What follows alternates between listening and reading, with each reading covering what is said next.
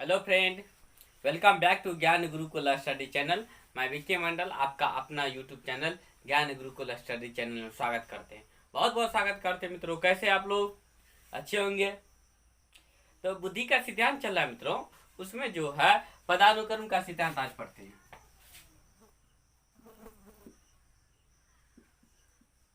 बुद्धि का सिद्धांत, बुद्धि का सिद्धांत चल रहा है, जिसमें क्या पढ़ते हैं? पदानुक्रम का सिद्धांत। पदानुक्रम का सिद्धांत। पदानुक्रम का क्या करते हैं? सिद्धांत पर चर्चा करते हैं। तो इस सिद्धांत को प्रधान सूचक सिद्धांत भी कहा जाता है। और इसे क्या कहा जाता है? और प्रधान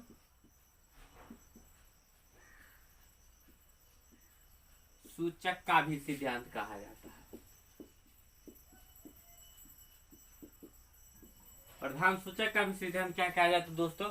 इसको प्रधान सूचक का भी सिद्धांत कहा जाता है।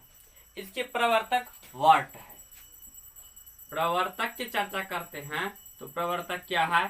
बार्ट है। ठीक। और इसमें क्या होता है दोस्तों? इसमें विशिष्ट योग्यता और मानसिक योग्यता में इसमें होते हैं। इसमें क्या सब होते हैं? विशिष्ट योग्यता। इसमें दोस्तों क्या हो जाता है? विशिष्ट योग्यता। विशिष्ट योग्यता और मानसिक योग्यता।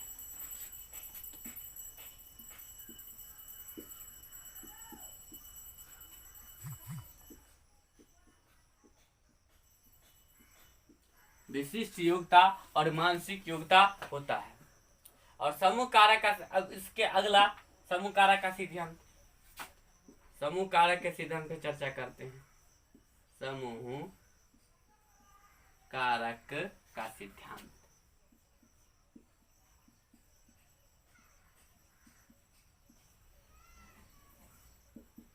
और समूह कारक के सिद्धांत में क्या सब होता है, इस पर चर्चा करते हैं। प्रवर्तक थ्रस्टन है। प्रवर्तक की बात करते हैं तो प्रवर्तक कौन है दोस्तों? प्रवर्तक थ्रस्टन है।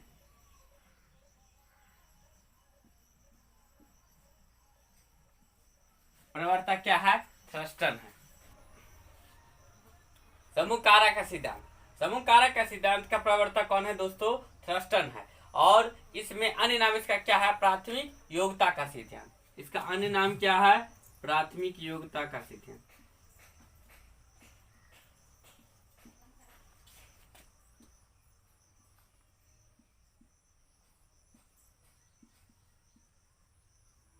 प्राथमिक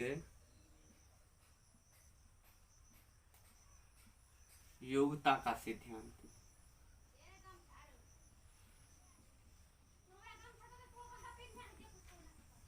और इसमें कितने खंड होते? 13 खंड होते हैं। और इसमें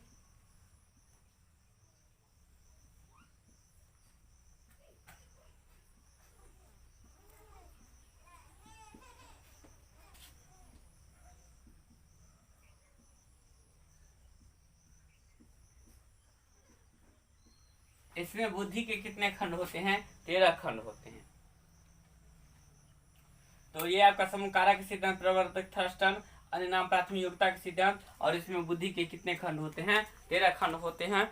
अब अगला सिद्धांत पर चर्चा करते हैं। स्क्रीनशॉट लेना चाहते ले लीजिए आप लोग।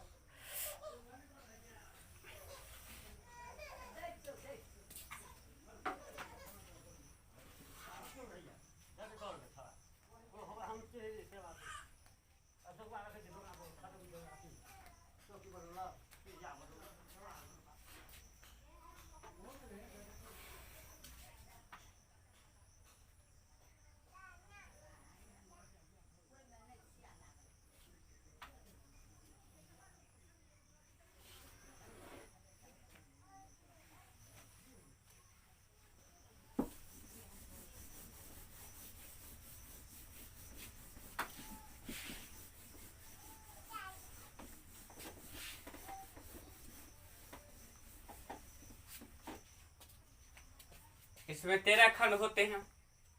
अब त्रिअंशीय सिद्धांत।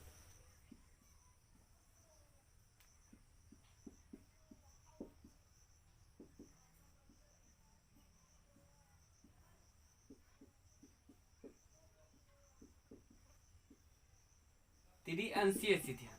त्रिअंशीय सिद्धांत में क्या सब होता है उस पर चर्चा करते हैं। विषय वस्तु, क्रिया, संक्रिया और उत्पाद। क्या सब होता है दोस्तों? विषय वस्तु, विषय वस्तु, क्रिया, संक्रिया एवं उत्पाद।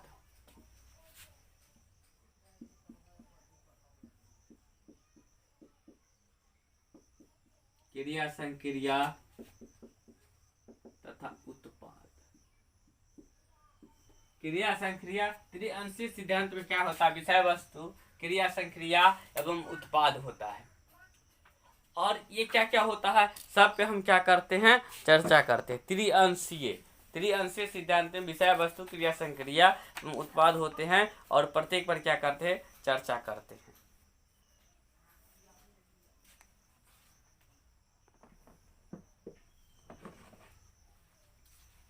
अगर विषय वस्तु की चर्चा करते हैं दोस्तों, तो विषय वस्तु में क्या सब होता है? विषय वस्तु पर चर्चा करते हैं तो विषय वस्तु में आपको क्या सब होता है? तो विषय वस्तु में आकृति,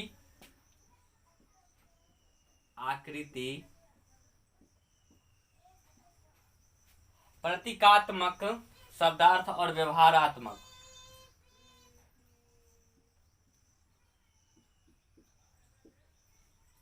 आकृति, प्रतीकात्मक, शब्दार्थ और व्यवहारात्मक।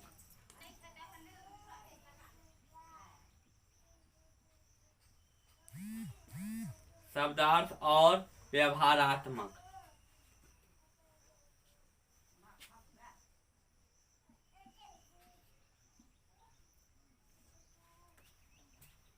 आकृति, प्रतीकात्मक, शब्दार्थ और व्यवहारात्मक।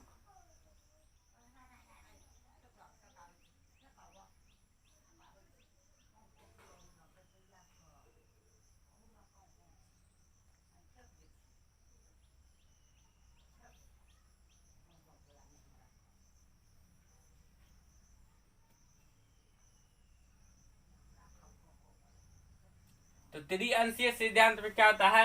विषय वस्तु, क्रिया, संक्रिय, उत्पाद। और सबसे विषय वस्तु पर चर्चा करते हैं। विषय वस्तु में क्या होता है? आकृति होता है, प्रतीकात्मक होता है, शब्दार्थ होता है और व्यवहारात्मक होता है। अगर संक्रिया क्रिया की चर्चा करते हैं दोस्तों, संक्रिया क्रिया की चर्चा करते हैं तो क्या हो जाता है आपको? संज्ञान, ज्ञान।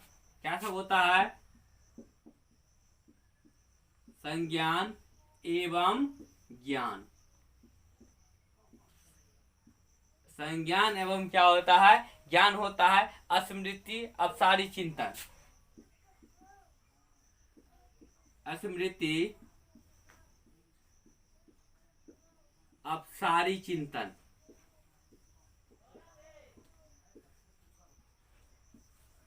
स्मृति, संज्ञान, ज्ञान, अपसारी चिंतन। और उसके बाद क्या था? मूल्यांकन।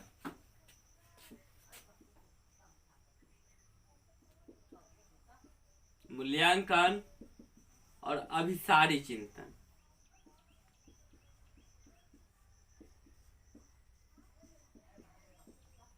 अभिसारी चिंतन। अगर उत्पाद के बात किया जाए तो वर्ग, इकाई, संबंध, व्यवस्थाएं, रूपांतरण और ये होते हैं इसमें। बात करते उत्पाद में पहला वर्ग होता है, इकाई होता है, संबंध होता है, व्यवस्थाएं होती है,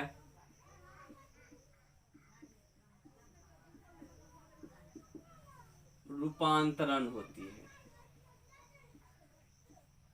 रूपांतरण, वर्ग, इकाई, संबंध, व्यवस्थाएं एवं रूपांतरण होती है। ठीक। त्रिअंशीय सिद्धांत विषय वस्तु में क्या होता है? आकृति होता है, प्रतीकात्मक होता है, शब्दार्थ होता है, व्यवहारात्मक होता है। क्रिया संक्रिया की बात किया जाए, संज्ञान, ज्ञान होता है, स्मृति होता है, अपसारी चिंतन होता है, मूल्यांकन होता है, अभिसारी चिंतन होता है। अगर उत्पाद की बात किया जाए, वर्ग होता है, इकाई होता है, संबंध होते हैं, व्यवस्थाएं होते हैं और रूपांतरण होती है। मतलब इस तरह से क्या हो जाता है? इसमें होती है। अगर अधिकतम खंड का बात किया जाए त्रिअंशीय सिद्धांत में, तो अधिकतम खंड 180 होता है और न्यूनतम खंड 120 होता है। अधिकतम खंड की बात किया जाए, अधिकतम खंड कितना होता है दोस्तों 180। और न्यूनतम खंड की बात करते हैं तो न्यूनतम खंड कितना होता है, न्यूनतम खंड की बात करते हैं, न्यूनतम खंड कितना होता है 120। अधिकतम खंड 180 और न्यूनतम खंड कितना होता है 120 होता है। इसका स्क्रीनशॉट लेना चाहते तो आप लोग ले लीजिए।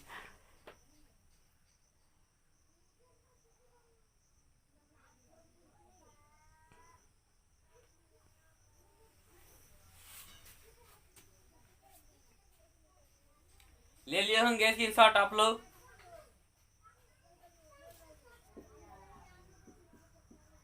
बुद्धि के क तथा ख के तथा ख के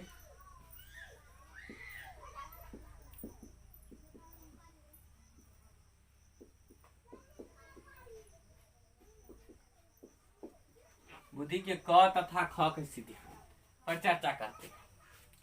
तो क के सिद्धांत के प्रवर्तक कौन है प्रवर्तक की बात करते हैं तो प्रवर्तक कौन है, प्रवर्तक आपके हैब है। ठीक, प्रवर्तक की बात करते प्रवर्तक कौन है दोस्तों, प्रवर्तक हैब है। और नवीनतम प्रत्ययों का समावेश होता है। यह क्या होता है दोस्तों, यह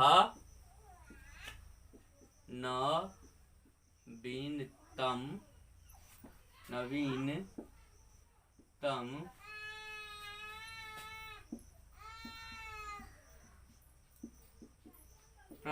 प्रत्ययों का समावेश होता है।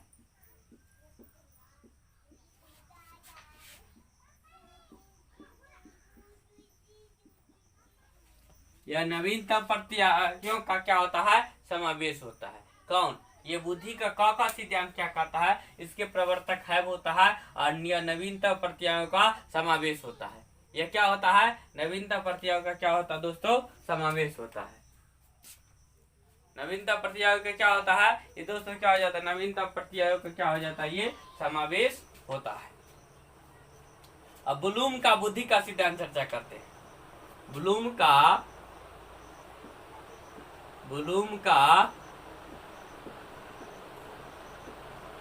बुद्धि का सिद्धांत। अब ब्लूम के बुद्धि के सिद्धांत में क्या सब है, उस पर चर्चा कर लेते हैं। क्या सब है ब्लूम का बुद्धि का सिद्धांत, तो ब्लूम के बुद्धि के सिद्धांत में है प्रवर्तक। इसके बात करते प्रवर्तक की तो प्रवर्तक कैटल। अगर प्रवर्तक की बात किया जाए,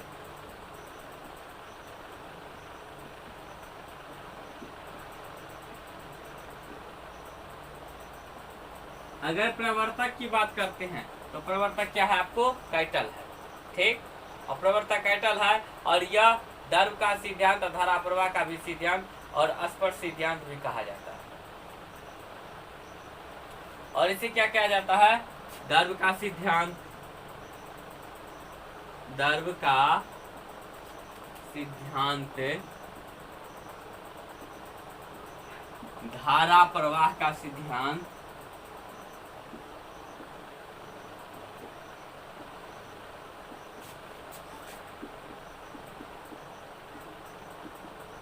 और अस्पष्टता का भी सिद्धांत कहा जाता है।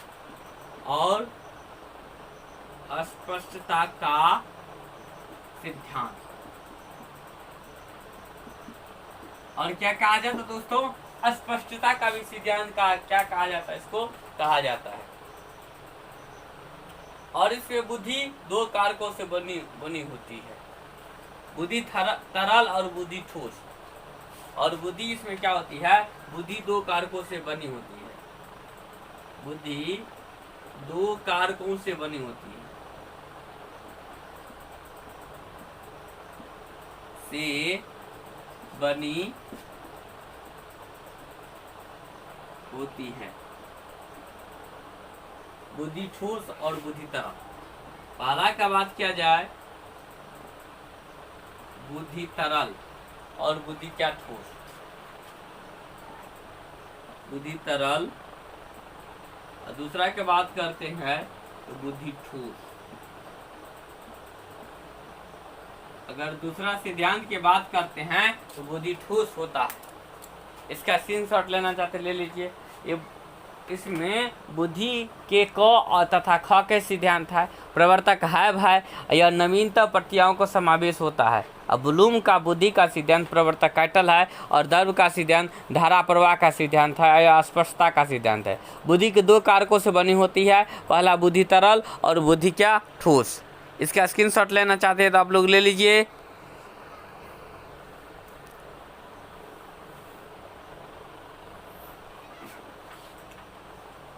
और बहुबुद्धि का सिद्धांत पर चर्चा करते हैं।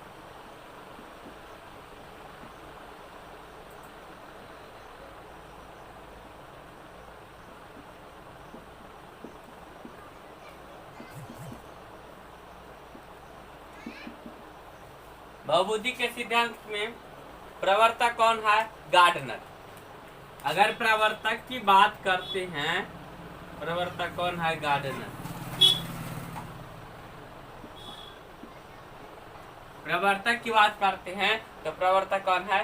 गार्डनर। ये 8 कारकों से मिलकर बना है। बहुबुद्धि का सिद्धांत किससे मिलकर बना है? 8 कारकों से। 8 कारकों से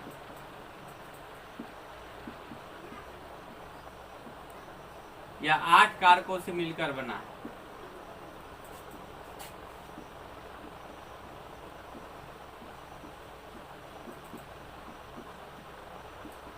ये क्या बना है दोस्तों?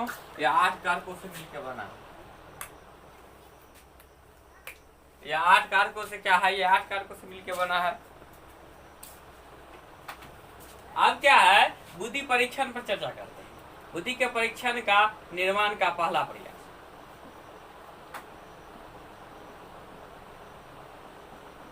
बुद्धि परीक्षण के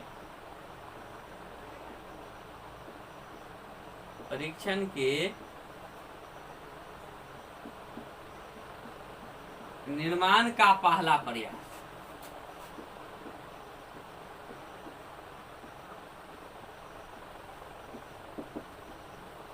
बुद्धि परीक्षण के निर्माण का क्या होता है? पहला प्रयास। अगर उस पर चर्चा करते हैं तो इसके कौन है? पहला प्रयास कौन किए थे? अल्फ्रेड बी ने। कब? 1905 ईस्वी में। कब किए थे? अल्फ्रेड बी ने। कितने ईस्वी में किए थे? 1905। कब किए थे? 1905 ईस्वी में किए थे। अब बुद्धि लब्धि विचार के जनक इसे कहा जाता है। और इसे क्या कहा जाता है दोस्तों? बुद्धि लब्धि विचार के जनक। बुद्धि लब्धि विचार के क्या कहा जाता है? इसे बुद्धि लब्धि विचार के क्या कहा जाता है? जनक कहा जाता है। और 1908 ईस्वी साइमन बी ने बुद्धि का परीक्षण 15 वर्ष के बालकों पर किया है। और 1908 ईस्वी में साइमन बी ने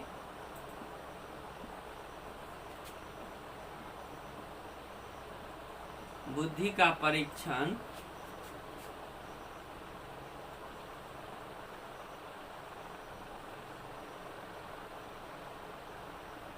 15 वर्षों के बालकों पर किया।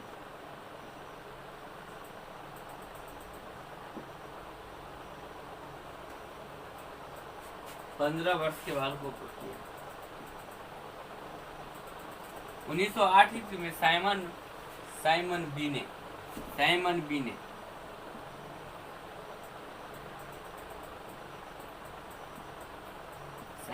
ने बुद्धि का परीक्षण 15 वर्ष के क्या किया? बालकों पर किया। तो बुद्धि का निर्माण का पहला प्रयास, बुद्धि परीक्षण के निर्माण का पहला प्रयास तो अल्फ्रेड बी ने 1905 ईस्वी में किया। और यह बुद्धि लब्धि के जनक कहा जाता है। और इसे क्या कहा जाता है? बुद्धि लब्धि के जनक कहा जाता है। और अल्फ्रेड बी ने इसको किया था।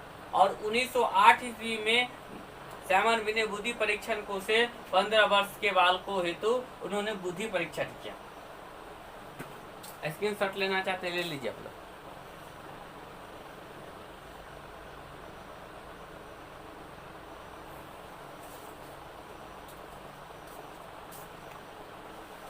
अब टर्मन की बात करते हैं। टर्मन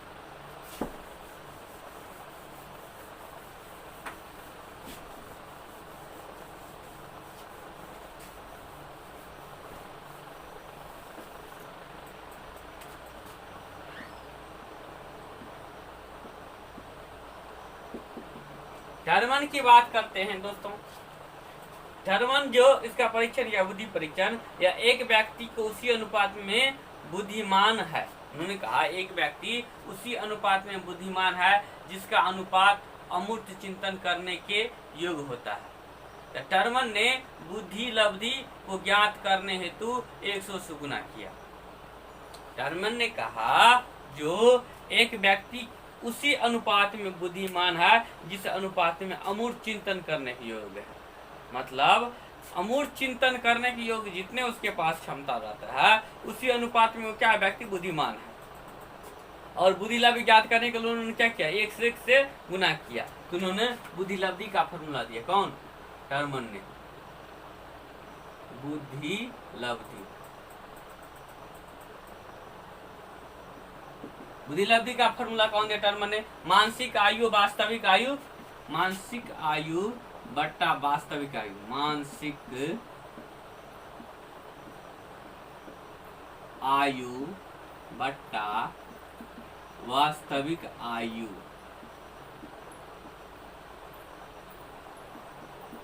गुने 100। तो टर्मन ने बुद्धि लब्धि का उन्होंने फॉर्मूला दिया। उन्होंने मानसिक आयु और वास्तविक आयु का अनुपात को उन्होंने क्या किया, 100 से गुना कर दिया। तो दोस्तों आज इतना रहने दीजिए। और दोस्तों अब रहने दीजिए, और प्लीज इस चैनल को लाइक शेयर सब्सक्राइब जरूर कीजिए। सब्सक्राइब जरूर कीजिएगा दोस्तों। धन्यवाद।